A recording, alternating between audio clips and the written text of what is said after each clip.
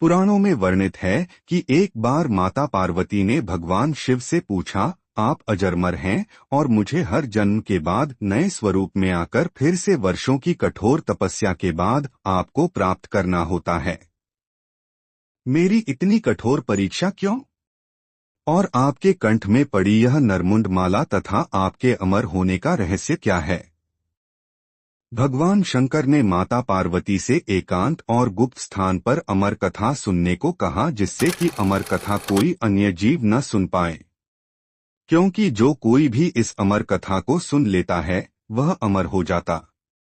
पुराणों के मुताबिक शिव ने पार्वती को इसी परम पावन अमरनाथ की गुफा में अपनी साधना की अमर कथा सुनाई थी, जिसे हम अमरत्व कहते हैं। कहते हैं भगवान भोलेनाथ ने अपनी सवारी नंदी को पहलगाम पर छोड़ दिया, जटाओं से चंद्रमा को चंदनवाड़ी में अलग कर दिया और गंगाजी को पंचतरणी में तथा कंठाभूषण सर्पों को शेषनाग पर छोड़ दिया। इस प्रकार इस पड़ाव का नाम शेषनाग पड़ा। अगला पड़ाव गणेश पड़ता है। इस स्थान पर बाबा ने अपने पुत्र गणेश को भी छोड़ दिया था, जिसको महागुणा का पर्वत भी कहा जाता है। पिस्सू घाटी में पिस्सू नामक कीड़े को भी त्याग दिया। इस प्रकार महादेव ने जीवनदायिनी पांचों तत्वों को भी अपने से अलग कर दिया। इसके बाद मां पार्वती साथ उन्होंने गुप्त गुफा में प्रवेश कर किया और अमर कथा मां पार्वती को सुनाना शुरू किया। कथा सुनते सुनते देवी पार्वती को नींद आ गई और वह सो गई, जिसका शिवजी को पता नहीं चला। भगवान शिव अमर होने की कथा सुनाते रहे।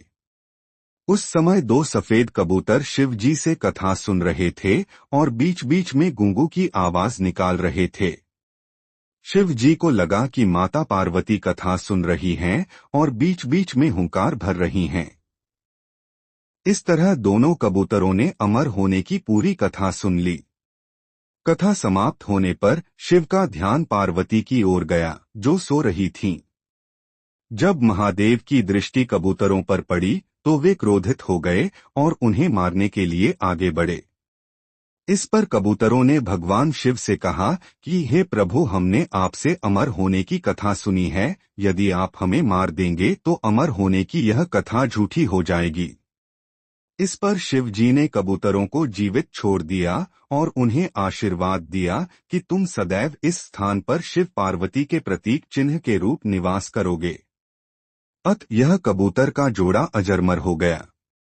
कहते हैं आज भी इन दोनों कबूतरों का दर्शन भक्तों को यहाँ प्राप्त होते हैं और इस तरह से यह गुफा अमर कथा की साक्षी हो गई व इसका नाम अमरनाथ गुफा के नाम से प्रसिद्ध हो गया।